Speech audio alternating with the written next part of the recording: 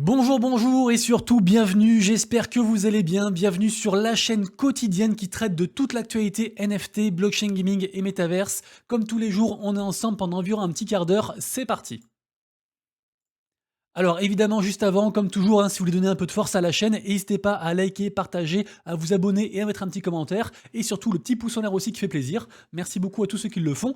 Aujourd'hui, l'actualité brûlante, c'est bien sûr la sortie de Sui, qui sera donc pour demain, donc Sui Mainnet, la blockchain Sui concurrente directe de Aptos. Ça sortira donc à 14 h heure française. Et évidemment aussi, nous, on va aussi beaucoup en parler côté NFT, parce qu'il y a beaucoup de projets qui sont en devenir et qui vont se lancer entre le 3 et le 10 mai. Donc on suivra tout ça bien sûr. Pour ceux qui veulent aller plus loin, j'ai fait une vidéo hier qui s'appelle le top 10 des NFT sur Sui avec les 10 projets les plus hypés pour le moment. Sachez d'ores et déjà que j'ai des whitelists à vous offrir, donc rejoignez du coup la vidéo, marquez-moi votre wallet et le projet que vous avez bien aimé dans les commentaires et je tirerai au sort entre aujourd'hui et demain du coup pour vous filer aussi des whitelists à vous aussi. Il n'y a pas de raison qu'il n'y ait que moi qui croque, donc vraiment n'hésitez pas du coup à checker tout ça. Et on commence directement avec la nouvelle qui va potentiellement faire beaucoup bouger le marché NFT puisque en effet on a Blur, donc la marketplace numéro 1, celle qui drive le plus de volume, qui a annoncé son service de prêt NFT et en plus c'est déjà live. Alors vous le savez si vous me suivez, le marché du prêt NFT c'est un marché incommensurable en pleine expansion.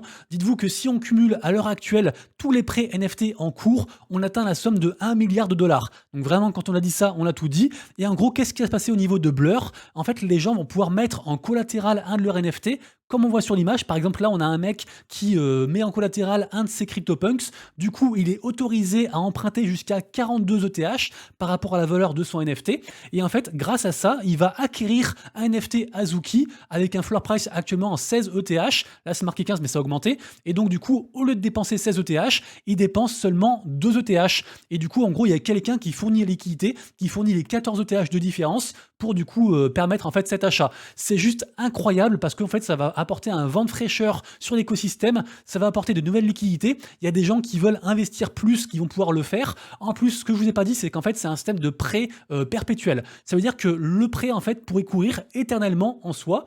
Le jour où le prêteur est plus d'accord, en gros la plateforme en fait va mettre au point un système qui permettra de racheter par quelqu'un d'autre le prêt qui est en cours. Et en gros le taux d'intérêt va augmenter de plus en plus, et vu qu'il va augmenter de plus en plus, au bout d'un moment il y a forcément quelqu'un qui va être intéressé par acheter le prêt, et c'est seulement si les taux d'intérêt deviennent trop élevés que du coup l'emprunteur sera liquidé et perdra son NFT qu'il a mis en collatéral. Du coup ça, pour moi c'est que du positif. Après bien sûr on est dans un marché qui est très contrôlé par les whales, c'est très manipulé, et du coup les gens ont déjà peur d'un mécanisme qui pourrait arriver très vite, à savoir vu que c'est les whales qui manipulent les grosses collections et qui vont du coup aussi prêter l'argent aux petits acheteurs, parce que forcément prêter par exemple là 14 ETH c'est pas donné à tout le monde, même si du coup donc les whales contrôlent les grosses collections, elles autorisent les petits acheteurs à emprunter de l'argent, et après du coup si elles manipulent les grosses collections d'avant, elles pourraient entre guillemets forcer une liquidation par effet rebond, j'allais dire ça comme ça, et du coup en fait les petits en fait se feraient couillonner en fin de compte. Après, voilà, je sais pas trop comment ça va se passer, on verra ça, mais sur le principe, c'est une excellente nouvelle qui va permettre beaucoup de choses. Alors donc, le système de prêt sur Blur, il est live. Pour l'instant, il concerne que 3 collections, donc les CryptoPunks, les Azuki, et devinez quoi, les Milady, même pas les Bored Ape, les Milady, c'est un truc de fou. Vraiment, cette collection est en train de faire beaucoup parler. Je vous rappelle qu'ils sont entre autres à l'origine du token en fait PP, dont on parle beaucoup. On en parle du coup juste après parce que la floor price a explosé, donc on en parle dans la partie NFT à surveiller. Mais vraiment, dites-moi dans les commentaires ce que vous en pensez. Est-ce que vous pensez que du coup les petits vont se faire couillonner comme d'hab? Est-ce que les riches vont devenir de plus en plus riches? Ou est-ce que au contraire, ça va enfin permettre aux petits de pouvoir acquérir en fait des NFT blue chip, type Bored Ape prochainement, ou en tout cas voilà CryptoPunks et Azuki pour l'instant? On enchaîne ici avec une très grosse nouvelle puisque ça y est, le wallet fantôme est désormais multi-chaîne. Donc du coup, il est à la fois sur Ethereum, Polygon et Solana. A priori, certaines personnes m'ont dit que c'était déjà le cas un peu avant, mais qu'il fallait avoir une clé bêta ou un truc privé, un truc comme ça. Maintenant, du coup, c'est dispo pour tout le monde, donc n'importe qui du coup peut avoir accès. Également aussi, je crois que c'était hier, je vous en parlais qu'il y avait eu un record d'inscription sur les NFT Ordinaux, donc les NFT Bitcoin. On avait eu un record d'environ 300 000 inscriptions, entre guillemets 300 000 NFT créés, si vous voulez, c'est comme ça qu'il faut l'entendre. Et du coup, donc là, on a dépassé du coup les 3 millions et on a encore eu un record. Donc incroyable du coup, hier 1er mai, on a eu 372 000 inscriptions sur, la surcouche, Ordinals pour faire des NFT Bitcoin. C'est juste incroyable. Après, il y a aussi beaucoup la hype de tout ce qui est memecoin en fait qui s'inscrit là-dessus parce qu'en gros, via la norme BRC20, j'en avais parlé sur une vidéo il y a environ, 15 jours. En gros, si vous voulez, on peut créer des sortes de NFT, mais qui équivaut à des tokens même, par exemple. C'est comme si vous créiez par exemple une supply de NFT, je sais pas, à 100 000 NFT, le même NFT tout pareil, et en gros, ça constitue du coup comme des cryptos. Vous voyez ce que je veux dire ou pas? C'est un peu cette idée-là. Donc en tout cas, ça montre qu'il y a toujours une grosse hype. Ensuite, très bonne nouvelle aussi, puisqu'on a le projet CryptoMask. C'est un projet, alors pour ceux qui aiment les projets FR et qui cherchent une bonne commu, et bah CryptoMask, du coup, c'est fait pour vous. C'est vraiment des gens, c'est des gros builders, c'est une commu en or, ils sont toujours prêts à aider et tout. Ils ont une collection à eux qui s'appelle du coup CryptoMask, évidemment. Ça coûte encore un peu cher pour moi. Moi, je voulais rentrer du coup dans la commu, mais aux alentours de 0,40, un truc comme ça, 0,3, 0,4. Donc je verrai du coup quand ça descendra, si ça descend un jour, pour y rentrer. En tout cas, sachez que du coup, ils vont faire une seconde collection. Il va y avoir la saison 2 du coup des CryptoMask. Et du coup, j'imagine aussi avec des prix moins chers. Je mettrai bien sûr tous les liens en description. Et j'en profite aussi bien sûr pour vous dire que, comme d'hab, il n'y a jamais de conseils d'investissement dans mes vidéos. Ce sont juste des news, selon moi les meilleures news de la journée. Après, c'est à vous de dig, à vous de faire vos recherches et à vous de voir si en fin de compte vous voulez investir votre temps ou votre argent ou rien dans les différents projets que je présente. Également aussi, j'ai appris qu'il y avait un gros événement qui allait se passer au Brésil, un événement purement NFT. Ils attendent 30 000 personnes, c'est énorme, ça montre un petit peu l'engouement qui est toujours là, donc ça fait grave plaisir. Et moi, je voulais revenir sur du coup la Non-Fungible Conférence qui aura lieu du coup au Portugal à Lisbonne du 7 au 9 juin. Alors c'est en semaine, moi a priori j'irai pas parce que bah j'ai pas encore trop d'argent à mettre dans ces événements, même si c'est plutôt cool. Mais voilà, même si j'y vais pas, je trouve que c'est très très intéressant comme événement. Il y aura notamment Cosmo 1006, donc Snoop Dogg, il y aura Farok de Rock Radio, enfin il y aura plein de gens super sympas, donc n'hésitez pas du coup à checker du coup dans les commentaires pour trouver le lien pour vous inscrire. Je crois que ça coûte, je sais plus combien ça coûte, mais je crois que c'est quand même 200 balles le billet ou 300 balles, je sais plus, un truc comme ça. Après c'est toujours pareil, hein, il y a souvent des réductions qu'on peut choper, donc voilà, n'hésitez pas du coup à vous renseigner. Des nouvelles du projet Star Symphony, ça fait longtemps qu'on n'en parlait plus. Le projet avait eu une première phase de mint en mode enchère qui s'était bien passé. Après, les gens avaient été déçus, ils avaient fudé tout ça. Du coup, après, période un petit peu comme ça d'ombre, entre guillemets. Et là, du coup, le projet est en train de revenir. Moi, j'ai envie d'y croire, c'est un projet que j'aime bien. Du coup, ce sera dispo donc sur le Launchpad d'OpenSea pour du coup le 9 mai. Une nouvelle fort sympathique qui concerne le Web3 de manière générale, puisqu'on a CoinMarketCap, que tout le monde connaît, hein, évidemment, hein, c'est un site de data sur lequel on peut trouver ses tokens favoris, voir les charts, etc. Et bah figurez-vous qu'en gros, ils vont présenter une émission de compétition. En gros, c'est comme Qui veut être mon associé, je sais pas si vous connaissez. D'ailleurs, qui avait à la base, d'ailleurs il est toujours dedans, je crois, hein, Eric Larchevêque, un des cofondateurs de Ledger, qui maintenant d'ailleurs apparemment a revendu du coup sa part de Ledger, enfin bref, j'ai pas trop suivi. En tout cas, ce qui est sûr, c'est que du coup, ils vont faire du coup un Qui veut être mon associé like, mais version Web3. Qui s'appelle du coup Killer Whales. Le tournage va démarrer du coup en juin, c'est un truc des States, donc très intéressant. Et j'ai aussi vu sur le compte d'ailleurs de Eric Larchevêque que lui, il allait annoncer quelque chose très bientôt. Donc je me demande si c'est pas du coup le même truc qu'il va annoncer, comme quoi il serait du coup jury de cette émission. Je sais pas, ou s'il va faire lui-même son propre truc, parce que lui-même aussi, il a annoncé du coup produire ou proposer quelque chose à la commu purement axé sur la tech et le Web3. Donc n'hésitez pas du coup à voir son compte. En tout cas, c'est cool de voir ce genre de choses parce que du coup, forcément, les gens, quand ils sont derrière leur télé, ils vont voir des émissions comme ça et ils vont du coup s'y intéresser. Donc c'est toujours un truc chouette, je trouve, pour l'adoption de masse. News en bref, ensuite, j'ai appris que Token Proof s'était associé à Adidas. Donc Token Proof, c'est écrit là, hein, c'est une plateforme d'authentification basée sur la blockchain. Et du coup, donc à travers ce partenariat, Adidas cherche à offrir à ses clients, donc à ses holders hein, aussi, les plus fidèles, un accès privilégié aux ventes, aux offres, aux événements, etc. et tout, via du coup l'application qui est commune du coup à Token Proof. Très bonne nouvelle du côté de la maison de vente aux enchères Sotheby's, puisque en effet, en fait, ils ont créé une marketplace exprès pour eux. Donc en gros, c'est une annexe à leur site. Donc leur site, c'est metaverse.sotheby's.com. Je vous mettrai bien sur le lien en description, hein, vous connaissez. Et en gros, ils ont fait une partie market. Et en fait, c'est pour permettre aux gens de faire de l'achat-revente de NFT entre eux. Donc la plateforme, du coup, prend juste 2,5%. Et en gros, c'est vraiment du peer-to-peer. Ça marche pour Polygon et pour ETH. Et du coup, c'est une très bonne nouvelle aussi pour tout ce qui est NFT artistique, parce que ça reste un des acteurs majeurs en fait de cette scène-là. Parlons ensuite de 12. 12, rappelez-vous, c'est la fameuse collection qu'a faite Yuga Labs. Donc ceux qui sont derrière les board ape, hein, bien sûr. Donc ils ont fait cette collection-ci sur Ordinals pendant la hype des NFT sur Bitcoin. Et en fait, il y a beaucoup de gens qui se demandent mais qu'est-ce qui va se passer avec cette collection-ci? Et donc là, en fait, on a un communiqué officiel de la part de Fidji. Fidji, c'est le Chief Creative Officer de Yuga Labs qui a dit concrètement et clairement que la collection 12 était avant tout du coup de l'art et rien d'autre. Du coup, il y a beaucoup de gens qui sont déçus parce que beaucoup de gens attendaient plus de l'utilitaire, des rewards, des choses comme ça par rapport à la collection. Donc je sais pas du coup où est-ce que ça va aller. Les gens du coup sont un peu mitigés. En tout cas, ça reste une des collections qu'il faut vraiment suivre dans l'univers des NFT. Et également aussi pour finir sur l'art, sachez qu'on avait annoncé ça il y a environ 2 mois, je crois, un truc comme ça. Mais d'ailleurs, c'est acté, c'est fait. On a donc le centre Georges Pompidou, qui est, je crois, le plus grand musée d'art moderne d'Europe, je crois, si je dis pas de conneries, qui du coup donc expose 16 œuvres NFT. Alors ils disent acheter ou donner, mais je crois qu'en fait ils se sont tous fait offrir. Mais en gros, voilà, ça y est, c'est exposé à l'heure actuelle. On passe ensuite à la partie NFT à surveiller, minute du jour. Écoutez les amis, hier c'était une dinguerie vraiment, entre la grosse hype du côté NFT Ordino et celle sur ETH.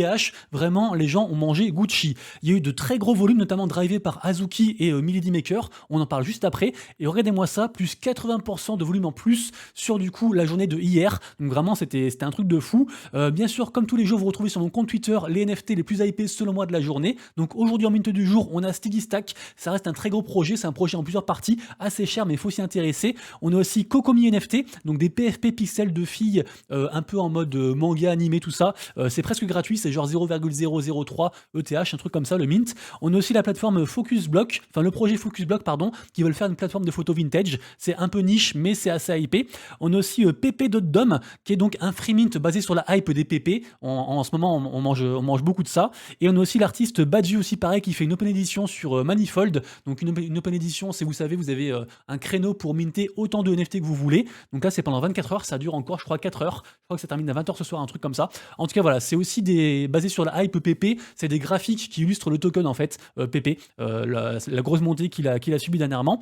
Également aussi à surveiller Mad Labs, on va en parler juste après. Wikoko, qui est en train de devenir le blue chip de la blockchain Multivers X, qui a atteint 4 EGLD, qui font du stacking, font beaucoup de choses, ils font de langage to earn vraiment solide, je trouve ce qu'ils font, j'aime beaucoup. On a aussi Nakamin Ghost qui consolide autour des 0,25 et qui est monté jusqu'à 0,27 même, tout à l'heure j'ai regardé. On a aussi donc Milady Maker qui fait des dingueries. Je vous rappelle que eux ils sont entre autres aussi derrière la hype du token PP, et vraiment là du coup ils vendent leur token, ils rachètent leur PFP, le truc qui monte et tout, ils sont atteints là 3,6 ETH de floor price, c'est juste fou ce qui s'y passe. On a aussi les Mongs, alors pareil, ça m'a l'air très wash tradingé, donc très fake au niveau des volumes, parce que je trouve qu'au niveau réseau social, il n'y a pas beaucoup de hype, et pourtant, voilà, c'est à 0,25 là, je sais pas ce qui se passe, mais 0,25 c'est monté, c'est un truc de fou. Donc voilà, on continue à surveiller bien sûr. Donc je voulais vous parler des Mad Labs, évidemment, parce que Mad Labs, rappelez-vous, ils avaient annoncé un snapshot, donc une photographie des wallets pour le 29. Après, du coup, les gens, le 29, ils avaient cliqué sur leur wallet. Je vous rappelle que eux, ils sont derrière la technologie des XNFT via leur wallet Backpack, qui est une sorte de MetaMask version Solana et ETH. Du coup, les gens, donc pour le 29, ils avaient cliqué sur leur NFT. Ils avaient du coup une vidéo en mode je vous ai bien trollé et tout, il y aura rien. Et après, du coup, en gros, ils avaient dit, la team avait déclaré, effectivement, nous, on veut des builders. Les gens qui sont là pour un flip rapide, on n'en veut pas. Du coup, les gens, déception, le floor price qui drop à 60 sols. Et là, en fait, ils ont annoncé donc hier que finalement, si, il y avait bien eu du coup un snapshot. Donc c'est vraiment, ils jouent avec nos couilles, c'est un truc de fou. Du coup, voilà, ils ont dit chaque action a des conséquences. Et du coup, le floor price, il a de nouveau augmenté de fou. Donc il est reparti à 73 sols là, de floor price, incroyable. Et du coup, en fait, ils arrivent à prendre le lead sur la commu et à driver eux, en fait, l'énergie. C'est pas la commu qui instille genre ses peurs, son FUD, son FOMO, Dev Do Something, etc. C'est vraiment les créateurs de Mad Labs et de Backpack, pardon, qui sont en train de tirer les gens où est-ce qu'ils veulent, en fait. Et ils maintiennent les gens comme ça dans l'expectative. Et du coup, ça crée une espèce de hype FOMO très intéressante. Donc vraiment, bravo à eux. Et je rappelle aussi qu'ils ont annoncé aussi des trucs assez sympathiques, puisque ils sont apparus sur NFT Now, qui est un gros média NFT. Et en général, ils font que des trucs pour ETH. Donc assez intéressant, ça témoigne aussi de la hype par rapport à cette collection-ci. Également aussi, il y a un partenariat aussi avec Social, qui est une plateforme en fait de réseau social qui offre en fait 690,42 tokens SLCL, donc le token de leur plateforme. Bien sûr, le chiffre n'est pas pris au hasard, on va dire que c'est le fameux chiffre même conique dans l'univers du coup de la blockchain et des NFT. En tout cas voilà, donc ils offrent tout ça à tous les holders de Mad Lads qui créent du coup un compte via du coup le wallet Backpack. Ça bouge aussi du côté de Valhalla. Valhalla, je vous rappelle que c'est une collection NFT qui pour moi fera partie des prochains blue chips de 2024. Selon moi, c'est ma vision des choses. Je peux me tromper bien sûr, mais voilà, ils sont backés par beaucoup de whales, notamment beaucoup de whales de chez Azuki. Le floor price est bien descendu puisqu'on est quasiment au 0,50 alors que ça comment dire, c'était un petit peu bloqué vers les 1 ETH il y a environ un mois ou deux. Donc là, ça a beaucoup baissé. Là, ils ont annoncé du coup la réouverture d'une de leurs features qui s'appelle Armory. Également aussi pas mal de mises à jour, notamment aussi par rapport à leurs jeux qu'ils sont en train de créer par rapport à l'univers. Donc vraiment, je trouve que ça fait beaucoup de choses. Il y a aussi un truc de stacking. Enfin, il y a beaucoup de choses qui se passent au niveau de Valhalla. Donc vraiment un projet, je pense, à surveiller. Et on finira aussi côté mint du jour par le mint en fait de la collaboration entre 10KTF, donc la boîte qui a été rachetée par Yuga Labs, et puis Puma. Donc Puma qui sont arrivés sur les NFT il n'y a pas si longtemps que ça. Je vous rappelle que dernièrement en fait ils ont fait une basket qui a été donc designée, donc une basket Puma qui a été designée par 10KTF. Ça vaut 200 ape, donc ça coûte environ 800 balles. À la base du coup c'est un NFT, on peut le forger, donc le transformer du coup en sneakers physique et le recevoir à la maison. Mais voilà, pour l'instant il n'y a pas trop de hype et là du coup ils ont sorti le mint public puisque du coup pas tout le monde est minté en whitelist. Donc voilà, ceux qui veulent bien sûr vous aurez tous les liens en description. On passe ensuite à la partie gaming avec plusieurs nouvelles très intéressantes. La première concerne du coup des mises à jour du côté de Spider Tanks, qui est un jeu de la filiale Gala Games qui marche très très bien. C'est un MOBA qui marche vraiment très très bien. Et en gros là, il va y avoir une espèce de nouvelle saison avec des nouvelles récompenses. Et si vous voulez, pour permettre aux gens de tester le jeu, même s'ils sont pas très très forts, ils vont quasiment récompenser tous les nouveaux joueurs. Vraiment, ça va récompenser tout le monde. Voilà, il faut juste atteindre le niveau 4 et faire 70 victoires, ce qui est assez facile si on joue à un certain moment. Donc voilà, n'hésitez pas du coup à voir ça, mais en tout cas, il y a des cadeaux assez faciles à choper sur le projet et ça reste un joli projet. Du côté du Illuvium, rappelez-vous que si vous avez jamais joué encore à la version Teamfight Tactics, à la version Auto Chess du jeu, qu'on voit ici à l'écran là en petit, et bah sachez qu'on peut s'inscrire du coup pour la bêta privée numéro 2 qui va arriver très bientôt. Donc, ensuite, on a un partenariat entre l'écosystème Myria, qui est un peu une sorte d'Ultra. D'ailleurs, Ultra pour l'instant, on n'entend pas trop parler. Ils ont fait leur lancement. Là, ça reste un peu en soum-soum, donc on verra. Mais j'ai pas trop de retours. Les gens, ils sont mitigés. Ils attendent un petit peu de voir. En tout cas, voilà, Myria, c'est un peu une sorte d'Ultra. Et en gros, ils ont fait un partenariat avec un jeu que j'aime beaucoup, qui s'appelle Crixivia Game. Je sais jamais comment on prononce, mais en gros, c'est un MMORPG assez hypé. Vous voyez quand même 110 000 personnes qui suivent le truc.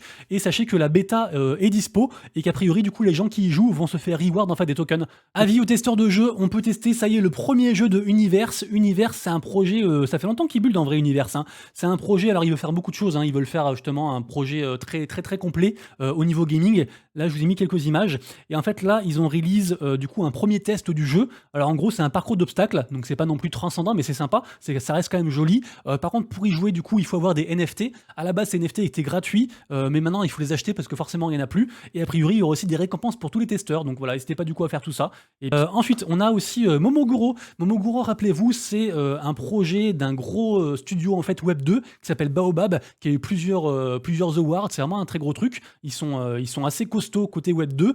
Ils ont eu une com catastrophique après leur mint, malheureusement. Ils n'avaient pas les codes du Web 3, du coup, il y a tout qu'à baisser. Et en fait, je vous rappelle qu'à la base, eux, ils veulent faire une espèce de jeu en mode un peu 2D, un peu sympa, en mode RPG, tout ça. Et en gros, le truc va arriver sur Immutable X. Je vous rappelle que là, actuellement, il y a des mécaniques de reveal aussi qui sont sur le projet. Alors, on va ensuite parler de Waymade. Waymade, vous savez, c'est la branche asiatique qui avait eu des soucis par rapport à leur token il y a environ 2 ou 3 mois, puisqu'ils avaient menti en fait sur différentes choses par rapport au token, peu importe. Du coup, ça avait beaucoup droppé. Mais en fait, là, ils buildent de plus en plus. C'est eux qui sont derrière le projet Mirfor, le RPG Mirfor, pour ceux qui connaissent. Ils ont pas mal de jeux, mais je pensais pas qu'ils avaient autant de jeux à leur actif. Apparemment, ils ont 100 jeux du coup sur la plateforme. Donc je trouve ça fou. Je sais qu'ils ont fait aussi un rapprochement avec l'Arabie Saoudite pour faire un hub gaming. Enfin, ils font beaucoup de choses. Et du coup, là, je suis allé voir le token et je trouve que le token est pas très cher par rapport du coup au top. Donc à voir du coup, bien sûr, c'est vous qui voyez.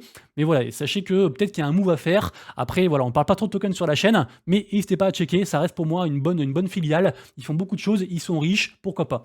Et on finira la vidéo du jour avec 15 000 sands à gagner de la part de Sandbox, donc Metaverse numéro 1 selon moi, puisque en effet, ils font un partenariat avec The Walking Dead version bande dessinée. Donc les gens du coup vont pouvoir créer un perso comme on voit à l'écran, en mode voxel, et après du coup se partager une cagnotte de 15 000 sands. Donc avis à tous ceux qui utilisent des intelligences artificielles pour faire du coup leur création. En tout cas, ça reste une belle somme du coup à se partager. Les amis, du coup, c'est tout pour moi. J'espère que vous avez kiffé la vidéo. Si c'est le cas, bien sûr, donnez un peu de force, likez, partagez, commentez tout ça. Vous connaissez. Nous, on se retrouve donc dès demain pour le lancement de Suite, et puis la prochaine vidéo actu, bien sûr. Et d'ici là, prenez soin de vous de prochaines voilettes. C'était Monsieur Rabbit, des bisous. Ciao.